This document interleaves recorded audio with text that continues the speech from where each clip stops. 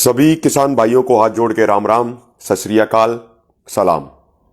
किसान भाइयों, 2 दिन पहले हमारे देश के कृषि मंत्री नरेंद्र सिंह तोमर जी ने लोकतंत्र की आत्मा कहे जाने वाले संसद में एक बहुत बड़ा झूठ बोला।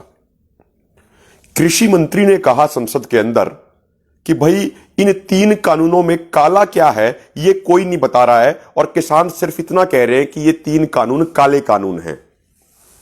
माननीय मंत्री जी, आपको हम याद दिलाना चाहते हैं कि 3 दिसंबर को जो बैठक हुई थी विज्ञान भवन में, हमारे सभी किसान नेताओं ने एक एक करके सेक्शन वाइज आपके सामने इन कानूनों की गलतियों को बताया था और उस समय ना तो मंत्री जवाब दे पाए थे और ना ही सरकार के अधिकारी कोई जवाब दे पाए थे। लेकिन उसके बावजूद आपने संसद में यह कहा कि अब तक किसी ने यह नहीं बताया है कि इन कानूनों में काला क्या है। तो आज हम दोबारा से आपको यह बता रहे हैं इन कानूनों में क्या क्या काला है और किस तरीके से ये 3 कृषि कानून किसानों की मौत के फरमान हैं। बहुत सारे किसान भाइयों के भी हमारे पास फोन आए, मैसेज आए कि एक बार दोबारा से एक्सप्लेन किया जाए कि कानूनों में कहां कहां खामियां हैं, कहां कहां पे गलतियां हैं। तो बहुत कम शब्दों में मैं आपको बताता हूं संक्षिप्त में कि इन कानूनों में क्या क्या दिक्कत है। सबसे पहली बात यह है किसान भाइयों, नौजवान भाइयों, कि जो इन कानूनों का आधार है वो आधार ही गलत है। ऑल ओवर वर्ल्ड ये एक्सपीरियंस रहा है कि जब जब फसलों के प्रोक्यूरमेंट सिस्टम में सरकार का रोल कम होता है और प्राइवेट इंडस्ट्री का रोल बढ़ता है तो किसानों का एक्सप्लॉयटेशन भी बढ़ता है। मैं आपको 2-4 एग्जाम्पल देता हूं। जो ये कानून अभी लाए गए हैं इनको आसान भाषा में हिंदी में कहते हैं मुक्त बाजार की नीतियां, यानी फ्री मार्केट की नीतियां। यही कानून 2 से 3 दशक पहले वेस्टर्न कंट्रीज में आए थे। वहां का क्या हाल है ये जरा आप थोड़ा सा जान लीजिए। ये फ्री मार्केट की पॉलिसीज आने से पहले अमेरिका में किसी भी कृषि उत्पाद के, किसी भी एग्रीकल्चर प्रोडक्ट के फाइनल रिटेल प्राइस का 40% किसान की जेब में जाता था। यानी कोई भी कृषि उत्पाद यदि मार्केट में 100 रुपए का बिकता था तो उसमें से 40 रुपए किसान की जेब में जाते थे। लेकिन जब से फ्री मार्केट पॉलिसीज अमेरिका में लागू हुई तो किसी भी एग्रीकल्चर प्रोडक्ट के फाइनल रिटेल प्राइस का मात्र 15% किसान की जेब में जाता है। यानी अब 100 में से मात्र 15 रुपए किसान की जेब में जाते हैं और वो 25 रुपए वो अब व्यापारी, बड़े बड़े कॉर्पोरेट की जेब में, बड़ी बड़ी कंपनियों की जेब में जाते हैं। दूसरी बात आप ये समझिए, 1993 में ब्रिटेन के अंदर मिल्क मार्केटिंग बोर्ड खत्म कर दिया गया और पूरे उस स्ट्रक्चर को, सिस्टम को प्राइवेटाइज कर दिया गया। तो उसके बाद से लेके अब तक 2021 तक ब्रिटेन के अंदर 31,690 स्मॉल डेयरी फार्म्स बंद हो गए। लेकिन हैरानी की बात यह है कि डेयरी फार्म तो बंद हो गए लेकिन दूध का प्रोडक्शन बढ़ गया। अब यह कैसे संभव हुआ? इसका कारण यह रहा कि बड़े बड़े डेयरी फार्म्स खुल गए, बड़े बड़े कॉर्पोरेट घरानों का पूरा होल्ड हो गया और जो छोटे किसान थे, जो स्मॉल डेयरी फार्म्स थे, वो पूरे तरीके से वो बर्बाद हो गए। और तीसरी और महत्वपूर्ण बात, लगभग 2 से 3 दशक हो गए वेस्टर्न कंट्रीज में ये पॉलिसीज लागू हुए, फ्री मार्केट की पॉलिसीज लागू हुए। उसके बावजूद अमेरिका के अंदर अमेरिका की सरकार ने अभी जस्ट 1.5-2 साल पहले 847 बिलियन US$ का सब्सिडी बिल पास किया। 1 साल में अमेरिका के अंदर एक किसान को 42 लाख रुपए की सब्सिडी मिलती है। यदि हम बात करें यूरोप की तो यूरोप में $100 बिलियन की सब्सिडी दी जाती है। OECD देशों में $240 बिलियन की सब्सिडी दी जाती है। चाइना में $212 बिलियन की सब्सिडी दी जाती है। नॉर्वे में +60% की सब्सिडी दी जाती है और हमारे देश में -5.7% की सब्सिडी दी जाती है। यानी किसान को कुछ मिलता नहीं है, उल्टा किसान से ले लिया जाता है। हमारे यहां पे किसान को मिलती है $282 की सब्सिडी मात्र। तो इसमें समझने की बात यह है कि यदि ये फ्री मार्केट की पॉलिसीज इतनी ही अच्छी होती, यदि ये फ्री मार्केट की पॉलिसीज किसान के लिए इतनी ही फायदेमंद होती तो ये वेस्टर्न कंट्रीज की सरकारें अपने किसानों को इतनी भारी भरकम सब्सिडी देने को आज क्यों मजबूर है? यदि ये पॉलिसी इतनी अच्छी होती तो वहां का किसान माला माल होता और सब्सिडी देने की कोई जरूरत ही ना पड़ती। तो वेस्टर्न कंट्रीज ये सभी इतनी भारी भरकम सब्सिडी दे रहे हैं, इसका मतलब यह हुआ कि ये फ्री मार्केट पॉलिसीज किसान को बर्बाद करने वाली और कॉर्पोरेट को फायदा पहुंचाने वाली पॉलिसीज हैं। अब हम यदि अपने ही देश की बात करें, 2006 में बिहार के अंदर एपीएमसी मंडी सिस्टम समाप्त कर दिया गया और उस समय बड़े बड़े नारे दिए गए थे कि प्राइवेट क्षेत्र बहुत निवेश करेगा और बिहार का किसान मालामाल हो जाएगा। आज बिहार के किसान की स्थिति क्या है?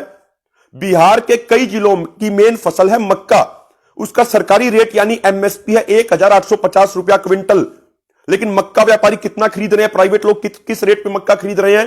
500 से 600 रुपया क्विंटल। एक किसान की लागत भी पूरी नहीं हो रही है। अभी कुछ दिन पहले तक तो बिहार में धान की खरीद शुरू नहीं हुई थी। ऐसा भारत में ऐसा कोई राज्य नहीं होगा जहां पर हमारे बिहार के किसान भाई मजदूरी करने के लिए मजबूर नहीं हो रहे हैं। आप कश्मीर से लेकर कन्याकुमारी तक, आप असम से लेकर गुजरात तक, किसी भी राज्य को उठा के देख लीजिए, आपको वहां पे बिहार के मजदूर भाई जरूर मिलेंगे। और जो लोग ये दूसरे राज्यों में मजदूरी करने के लिए जाते हैं, आप इनमें से पूछिएगा, इनमें से अधिकतर के पास 3 से 4 एकड़ की अपनी जमीन होती है। 3 से 4 एकड़ की जमीन होने के बावजूद ये बाहर मजदूरी करने के लिए क्यों जाते हैं? क्योंकि वहां प्रोक्योरमेंट सिस्टम नहीं है। फसल आधे से भी कम दाम पे खरीदी जाती है। व्यापारी किसानों का एक्सप्लॉयटेशन कर रहे हैं। मुझे वो दिन याद है जब जबरदस्ती करके इन कानूनों को संसद में पास किया जा रहा था, तो उस समय हमारे देश के माननीय प्रधानमंत्री ने कहा था कि ये कानून बिहार में लागू हुए थे और बिहार के किसानों का बहुत भला हो गया। मेरे किसान भाइयों, मेरे नौजवानों, आप खुद ये बात समझिए कि मक्का जिसका रेट 1850 रुपया क्विंटल, वो 500 से 600 रुपया क्विंटल बिक रहा है। ये तरक्की हुई या बर्बादी हुई? ये तो बर्बादी हुई ना। लेकिन प्रधानमंत्री जी इस बर्बादी को तरक्की बता रहे हैं। यदि ऐसी बर्बादी को वो तरक्की मानते हैं तो ऐसी तरक्की हमें नहीं चाहिए। भारत के किसान ऐसी तरक्की नहीं चाहता है। और दूसरी बात, कृषि मंत्री जी, आपके ही राज्य की यदि बात करूं, यानी मध्य प्रदेश की बात करूं, मध्य प्रदेश सरकार का पोर्टल है ई अनुज्ञा। उम्मीद करता हूं आप अपने अधिकारियों को बोल के उस पोर्टल को जरूर खुलवाएंगे। अभी कुछ दिन पहले उस पर रिपोर्ट अपडेट हुई कि जब से 5 जून 2020 से ये कृषि अध्यादेश जबरदस्ती किसानों के ऊपर थोपे गए, तो उसके बाद से लेकर अब तक लगभग 6 महीनों में मध्य प्रदेश की सरकारी मंडियां दफन हो गई। मध्य प्रदेश में टोटल कृषि मंडियां हैं 268, उसमें से 47 मंडियां पूरे तरीके से ठप हो गई। 143 मंडियों में कारोबार 50 से 60% कम हो गया। खरीफ के सीजन की सभी क्रॉप्स मध्य प्रदेश के अंदर आधे से भी कम दाम पे बिकी। और दूसरी तरफ मध्य प्रदेश का मंडी एक्ट 1972 का सबसे बेहतरीन एक्ट में से एक माना जाता है। पिछले साल इन्हीं 6 महीनों में, यानी मैं बात कर रहा हूं 2019 की, अब 2021 आ गया, तो 2019 में उन्हीं 6 महीनों में मंडी में टैक्स कलेक्शन हुआ था 600 करोड़ रुपए का। लेकिन 2020 में, यानी पिछले साल, उन्हीं 6 महीनों में टैक्स कलेक्शन हुआ मात्र 220 करोड़ का, यानी टैक्स कलेक्शन रह गया सिर्फ 36%। अब मेरे किसान भाइयों, समझने की बात यह है कि वहां पे मंडी कर्मचारियों को तनख्वाह देने के लिए पैसे नहीं है, और दूसरी तरफ किसान का दाम बाहर आधे से भी कम दामों पर बिक रहा है। अब आप इसी चीज को और एक्सप्लेन करके समझिए, ये हो क्या रहा है। जो ये प्राइवेट मंडियां होंगी जहां पे कोई टैक्स नहीं लगेगा किसी भी तरह का, व्यापारी को किसी भी तरह का लाइसेंस नहीं चाहिए होगा, तो वहां पे होगा क्या? यह संभव है कि 2 साल 3 साल तक बाहर व्यापारी आपको एमएसपी से 10 रुपया ज्यादा दे, हो सकता है ये। लेकिन जब 2 से 3 साल में उसकी पूरी मोनोपोली हो जाएगी, उसकी दादागिरी हो जाएगी, पूरा उसका एकाधिकार हो जाएगा, फिर वो अपना असली रंग दिखाएगा। उस समय तक सरकारी मंडियां बर्बाद हो चुकी होंगी। फिर वो किसान की फसल औने पौने दामों पर खरीदेगा। जिस तरीके से मंडी एक्ट बनने से पहले किसानों का शोषण होता था। रहबर आजम दीनबंधु छोटूराम जी ने मंडी एक्ट इसलिए बनाया था कि भाई किसान का शोषण बंद हो जाए। क्योंकि उससे पहले क्या होता था, जब किसान की फसल आती थी, सारे व्यापारी अपना गिरोह बना लेते थे, गठजोड़ बना लेते थे, फसलों के दाम गिरा देते थे और उसको फिर खरीद के बड़े बड़े गोदामों में स्टोर करते थे। किसान का भी एक्सप्लॉयटेशन होता था और एक आम इंसान का भी एक्सप्लॉयटेशन होता था। दूसरी बात इसमें समझने की यह है, जैसे एग्जाम्पल दूं मैं जियो का और बीएसएनएल का। जब जियो शुरू में आया तो फ्री में इंटरनेट बांट रहा था ना जियो, लेकिन धीरे धीरे करके बाकी दूसरे जो कंपटीटर थे वो सब खत्म कर दिए जियो ने, और आज जियो की दादागिरी हो रही है। तो जियो लगातार अपने जो उसके प्लान है उसकी कीमत बढ़ाता जा रहा है। ठीक इसी तरीके से मंडी सिस्टम में होगा। दूसरी बात, इस कानून के अंदर कहीं कोई एमएसपी का जिक्र नहीं है। जो एपीएमसी एक्ट है उसके तहत कहीं ना कहीं सरकारों की जिम्मेदारी बनती है कि किसान का सामान एमएसपी पर खरीदा जाए। लेकिन अब नए एक्ट के तहत सरकार अपनी इस जिम्मेदारी और जवाबदेही से भाग रही है। मैं आपको याद दिलाना चाहता हूं 2018 का केस। जो मध्य प्रदेश हाईकोर्ट में हुआ, अन्नदाता किसान समिति वर्सेस मध्य प्रदेश गवर्नमेंट, उस अपने केस में जो फैसला सुनाया मध्य प्रदेश हाईकोर्ट ने, उसमें साफ साफ लिखा है कि 1972 मंडी एक्ट के अनुसार यह चीज जरूरी है कि मंडी के अंदर किसी भी फसल की पहली बोली जो लगेगी वो एमएसपी से कम नहीं होनी चाहिए। यानी ये एपीएमसी एक्ट ये हमें अधिकार देता है कि हमारा सामान एमएसपी पर ही खरीदा जाए। लेकिन अब नए एक्ट के तहत सरकारें अपनी उस जवाबदेही और जिम्मेदारी से भाग रही हैं। यह है इन कानूनों में काला। और सबसे बड़ी बात, कृषि मंत्री जी, आपके ही राज्य की फिर बात करूंगा, रायसेन में, हरदा में बहुत जगह भी ऐसे केसेस आए पिछले 6 महीनों में, जहां पे कोई व्यापारी 10 करोड़ का सामान लेके भाग गया, 5 करोड़ का सामान लेके भाग गया। आप तो कहते हैं कि ऐसे केसेस में आप 30 दिन में फैसला करा देंगे, लेकिन किसानों को 3-3, 4-4 महीने हो गए ठोकरे खाते हुए। उनका अब तक कोई फैसला नहीं हुआ, ना तो उनको उनकी फसल मिली और ना ही फसल के उनको दाम मिले। ये सिचुएशन है। और दूसरी बात, मैं आपको एक और चीज बताता हूं, इन कानूनों में क्या काला है। मुझे तो लगता है इन कानूनों में सब कुछ काला है। और ऐसा मैं इसलिए कह रहा हूं, भाजपा के कई प्रवक्ताओं ने बार बार टीवी पे एक जुमला फेंका कि ये कानून बनाने से पहले 93 लाख किसानों से चर्चा हुई थी। लेकिन एक किसी समझदार व्यक्ति ने जब आरटीआई लगाई और सरकार से ये जवाब मांगा कि भाई आखिर वो 93 लाख किसान कौन से हैं जिनके साथ सरकार ने चर्चा की, तो जवाब आया आरटीआई के उस जवाब में कि सरकार के पास ऐसा कोई डाटा नहीं है। यानी सरकार ने कोई चर्चा ही नहीं की और ये तीनों कानून जबरदस्ती थोप दिए। अरे मंत्री जी, कोई नगर निगम की बैठक होती है ना, तो उस बैठक की भी मिनट्स होती हैं। तो ऐसा कैसे हो गया कि आपने 93 लाख किसानों से चर्चा कर ली और उनकी कोई मीटिंग मिनट्स नहीं थी?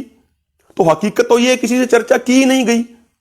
और दूसरी बात, इसी कानून की बात करें, इसकी जो धारा नंबर 5 में जो आपने कहा कि भाई ई मार्केटिंग को आप बढ़ावा देंगे और आपका दावा है कि उससे बिचौलिए कम हो जाएंगे। मंत्री जी, हम थोड़े से कम पढ़े लिखे हैं और मैं निवेदन करता हूं आपके अधिकारियों से, हमें वो समझा दें। ई मार्केटिंग के तहत सरकार के पास ऐसा क्या मैकेनिज्म है जिससे वो किसी भी कृषि उत्पाद की फिजिकल डिलीवरी को सुनिश्चित कर देंगे? उसको और सरल भाषा में कहूं तो ई मार्केटिंग का अनुभव यह रहा है कि एक व्यक्ति कोई भी किसान की फसल खरीदेगा, वो उसकी फिजिकल डिलीवरी नहीं लेगा, वो अपना कमीशन बनाएगा, आगे किसी को बेच देगा। दूसरा उसकी फिजिकल डिलीवरी नहीं लेगा, अपना कमीशन बनाएगा, तीसरे को बेच देगा, चौथे को बेच देगा, ऐसे करके 10 से 12 को वो बेच दी जाती है। लास्ट में कंज्यूमर को भी ज्यादा रेट में वो मिलती है और किसान को भी कम रेट पे मिलती है, किसान को भी कम मूल्य मिलता है। मैं एग्जांपल दे देता हूं आपको असम के चाय के किसानों का, मैं एग्जांपल दे देता हूं आपको केरल के रबड़ के किसानों का।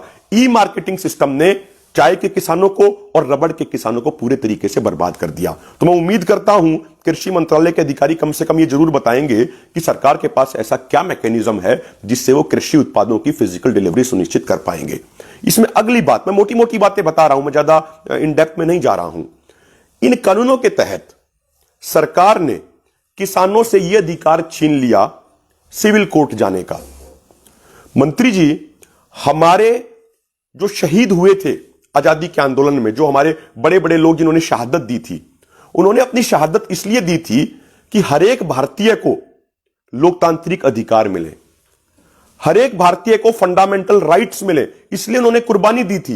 लेकिन मुझे पता नहीं क्यों मोदी सरकार की एक आदत है, जब भी किसानों के लिए कोई कानून बनाए जाते हैं तो उनमें एक यह रूल जरूर होता है कि किसान सिविल कोर्ट नहीं जा सकता। मैं आपको याद दिलाना चाहता हूं 2014 का भूमि अधिग्रहण अध्यादेश, जो जबरदस्ती किसानों पर थोपने का प्रयास किया गया था, लेकिन देश के किसान उस समय भी एकजुट होकर खड़े हो गए थे और सरकार को वो अध्यादेश वापस लेना पड़ा था। उसमें भी आपने ये लिखा था कि अधिग्रहण के दौरान कोई भी किसान कोर्ट नहीं जा सकता है। इन कानूनों में भी यही है कि किसान सिविल कोर्ट का दरवाजा नहीं खटखटा सकता, वो सिर्फ एसडीएम के पास जा सकता है, जिलाधिकारी के पास जा सकता है। अब किसान भाइयों, नौजवानों, एक बात आप समझिए, जो एसडीएम और जिलाधिकारी हैं, जो डीसी हैं, ये तो सरकार का ही पार्ट है ना, और ये तो हमेशा डायरेक्टली इनडायरेक्टली पॉलिटिशियंस के कहीं ना कहीं दबाव में रहते हैं, और पॉलिटिशियंस व्यापारियों के दबाव में रहते हैं, क्योंकि चुनाव के दौरान वो व्यापारी पॉलिटिशियंस की फंडिंग करते हैं, उसके बाद पॉलिटिशियंस व्यापारियों की मदद करते हैं। जो हमारा कोर्ट सिस्टम है ये सरकार से बिल्कुल अलग है, ये सरकार के अंडर नहीं आता, ये अपने आप में इंडिपेंडेंट है। लेकिन अब किसानों से ये अधिकार भी छीना जा रहा है, तो ये इन कानूनों में काला है।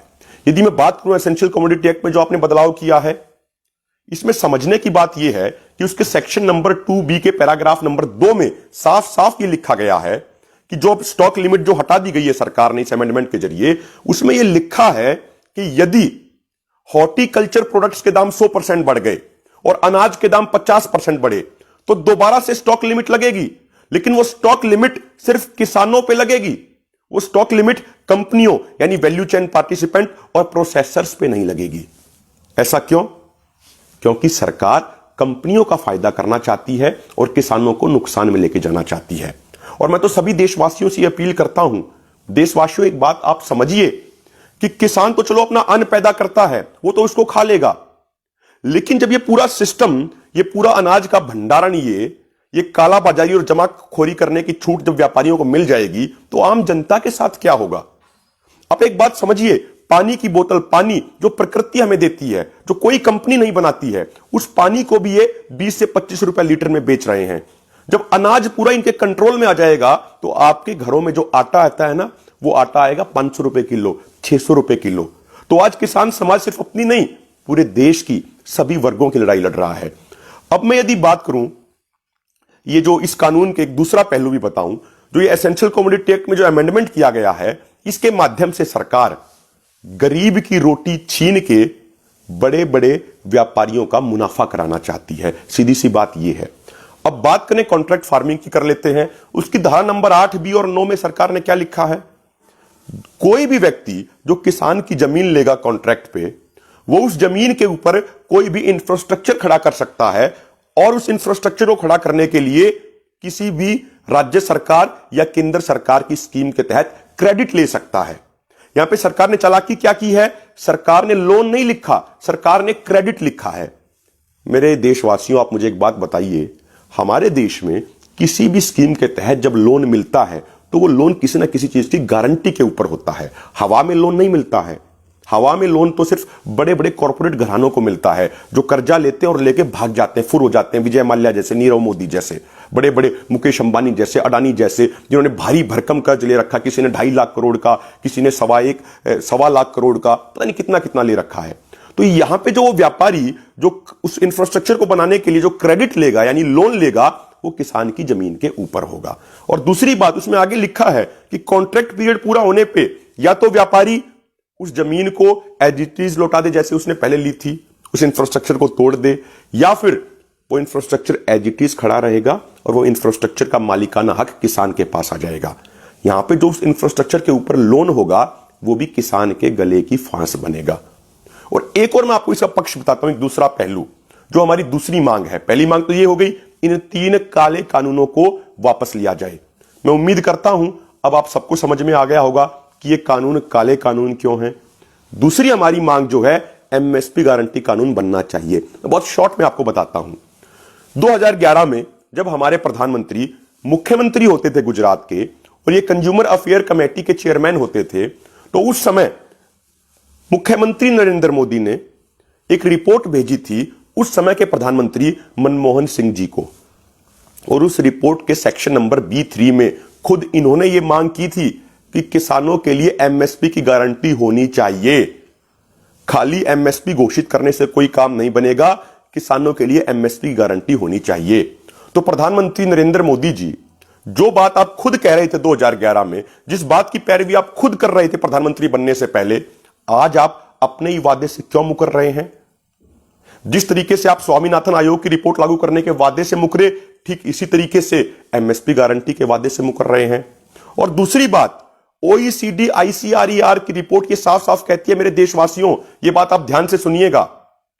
OECD ICRER की रिपोर्ट कहती है कि पिछले 17 सालों में हिंदुस्तान के किसानों को जो उचित एमएसपी नहीं मिला, उसके कारण भारत के किसानों को 45 लाख करोड़ रुपए का नुकसान हुआ है।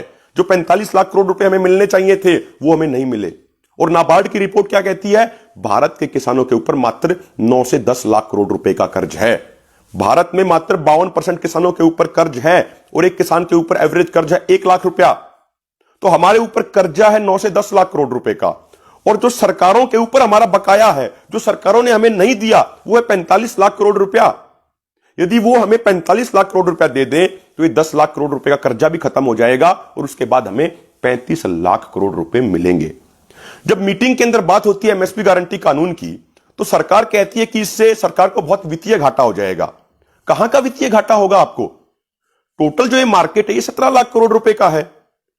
14 लाख करोड़ रुपए का तो अभी भी ट्रेडिंग हो रही है।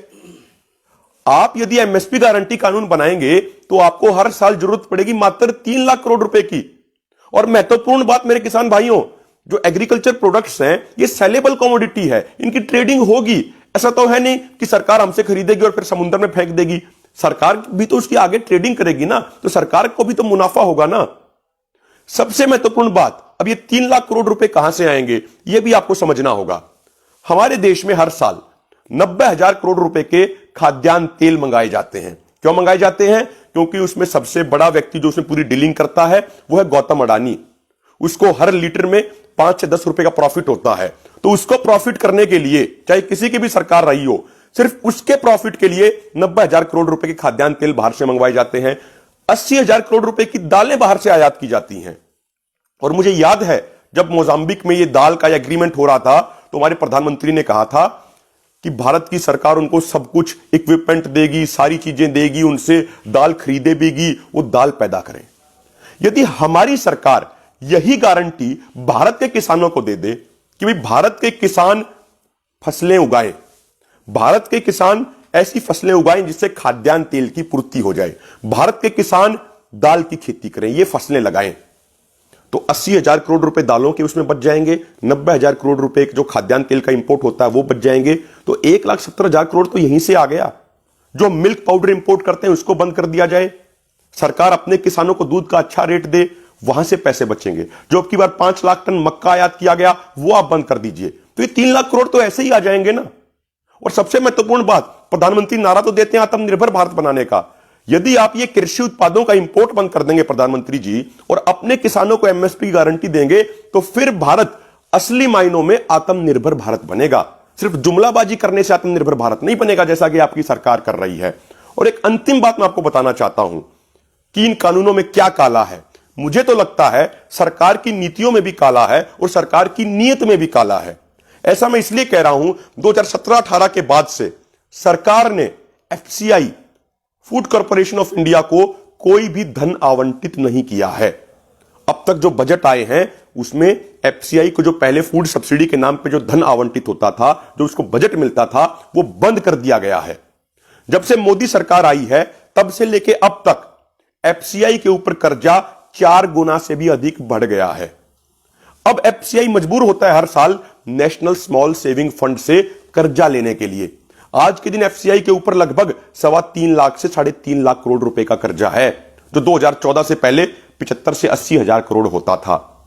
यह बात मैंने आपको इसलिए बताई क्योंकि सरकार एक ग्राउंड तैयार कर रही है एफसीआई को भी बेचने का। सरकार ने हवाई अड्डे बेचे, एयरलाइंस बेचे और सारी सरकारी कंपनियां बेच दी। उससे पहले एक माहौल बनाया, उन कंपनियों को, उन एयरलाइंस को घाटे में दिखाया गया और उसके बाद उनको बेच दिया गया। अब समझने की बात यह है कि जब एफसीआई ही प्राइवेटाइज हो जाएगा, जब एफसीआई ही बिक जाएगा, तो फिर प्रोक्योरमेंट कहां से होगी? तो इसीलिए मैंने पहले जैसे कहा, सरकार की नीतियां भी काली है और सरकार की नीयत भी काली है। अब मेरे देशवासियों, मेरे किसान भाइयों, मेरे नौजवानों, किसान एकता मोर्चा ने आपको संक्षिप्त समय में आसान शब्दों में आपको बताया है कि इन कानूनों में क्या काला है और क्या हमारी मांगे हैं, सरकार क्या कह रही है। अब मैं आपसे उम्मीद करता हूं इस वीडियो को आप अधिक से अधिक लोगों तक पहुंचाइए ताकि हमारे सभी किसान भाइयों को, सभी नौजवानों को मालूम चले इन कानूनों में क्या क्या काला है। और उसके बाद कोई भी मीडिया वाला बंधु, कोई भी ऑल्टरनेटिव मीडिया प्लेटफॉर्म जब भी आपसे सवाल पूछें तो आप छाती ठोक के जवाब दिया कीजिए कि भाई इनमें ये गलतियां हैं। दीन बंधु छोटूराम जी एक बात कहते थे कि हे भोले किसान, दुश्मन ले पहचान और बोलना ले सीख। तो आप बोलना सीखिए, जब आप बोलेंगे तब आपकी मांगे पूरी की जाएंगी। अंत में फिर हाथ जोड़ के निवेदन है, किसान एकता मोर्चा पेज को अधिक से अधिक लाइक कीजिए, अधिक से अधिक शेयर कीजिए। जो ये किसान एकता मोर्चा की टीम है ये वॉलंटियरली बहुत अच्छा काम कर रही है। बलजीत भाई जो इसके हेड हैं, पूरे किसान आंदोलन की आवाज को ये कई गुना करके पूरी दुनिया में लेके जा रहे हैं। तो ये टीम भी बधाई के काबिल है और जब आप वीडियो को अधिक से अधिक शेयर करेंगे, पेज को अधिक से अधिक लाइक करेंगे, इनका भी हौसला बढ़ेगा। और अंत में ये ध्यान रखिएगा कि हमारे पास यानी किसानों के पास इन पॉलिटिकल पार्टीज की तरह कोई पेड आईटी सेल नहीं है। जो हमारे आईटी सेल वाले हैं ये भी आंदोलनकारी हैं। इसलिए आप हमारी बात अधिक से अधिक लोगों तक पहुंचाइए। जय जवान, जय किसान, जय भारत, जय हिंद।